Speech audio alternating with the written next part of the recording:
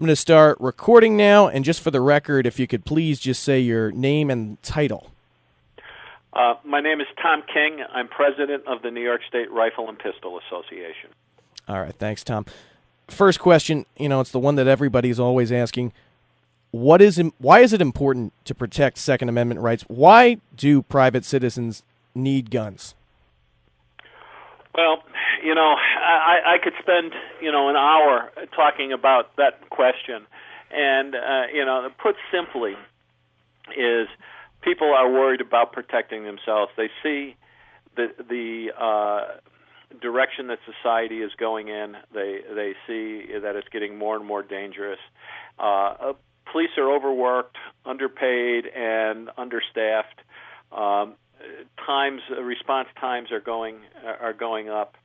In Connecticut, that's one of this insane massacre. The police did just a magnificent job of responding to this. The response time was 4 minutes, but in 4 minutes, a crazy individual killed 26 people.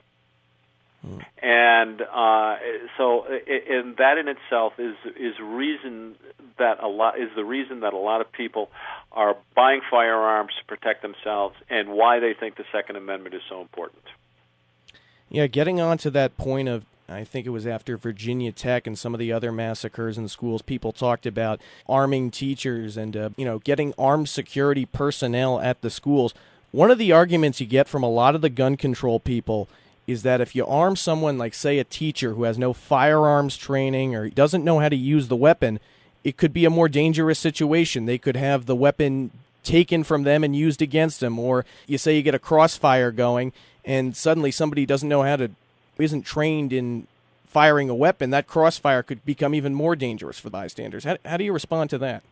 Well, I've heard that for years and years and years. You know what? And it's the same bogus argument that they've been using that most of the media buys into. And the fact is, we're not talking about putting untrained people, in these jobs. We're talking about training people for it. Okay? And if they have, if that is a concern of the anti-gun forces, why aren't they advocating for putting police into the schools, off-duty policemen into the schools, to protect the students, rather than saying, let's take guns away? If they really had the students' best wishes and best what am I? I just went blank on a word. And had the students' interest at heart, they would be calling for protecting the schools rather than taking guns away from legal and lawful citizens. Mm-hmm. When we look at the issue of actually regulating the legal sale of guns, do you support any sort of regulation that prevents firearms from being sold to individuals who, say, have a criminal record or, maybe have some sort of mental health condition? Oh, absolutely, we support that. We always have. We've been in the forefront of doing that. The people that we can't get to come on board with that is we can't get the anti-gunners, or we can't get the politicians to come on board with that, because they're all worried about offending some part of their constituency. And the biggest offenders are the doctors who refuse to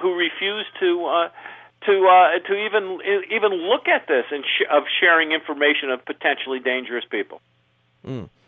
In the recent atrocity that happened in Connecticut, I believe the individual who perpetrated this crime is alleged of using a Bushmaster XM15, which is a variation on the M4, pretty heavy assault rifle, which in some states... It is not an assault rifle. Oh, it is not? Okay. No, assault rifles are fully automatic weapons. All right, okay, it's a semi-automatic weapon. Semi-automatic, yes. Okay, yeah, and of course... It's a military-like weapon. All right, okay, so the automatic weapons are, of course, illegal in the United States, and we wouldn't see anything like that sold, at least legally. But some states do allow semi-automatic weapon sales. Why do private citizens need this? Shouldn't it be just reserved for military and police? No. Private people have been hunting with semi-automatic rifles since probably the late 30s.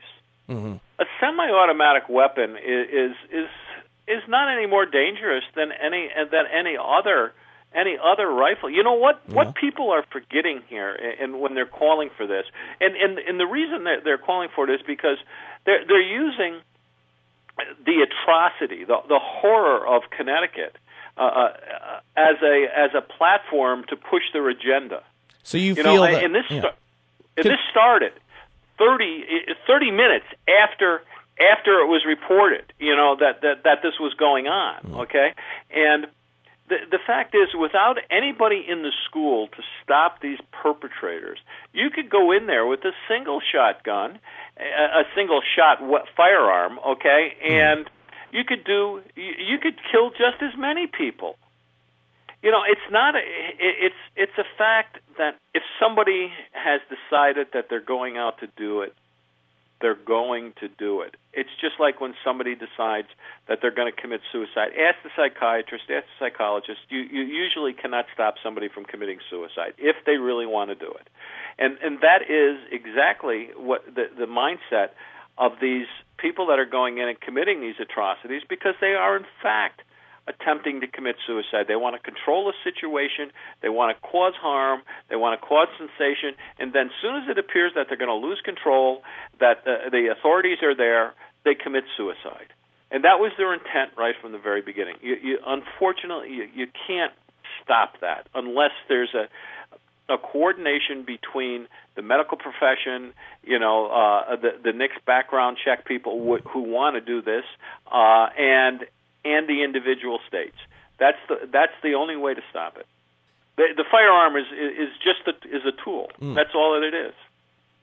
We speak about the firearm being a tool, but nonetheless, it's an effective tool. And in this case, the individual is accused of stealing the weapons from his mother, who he later killed.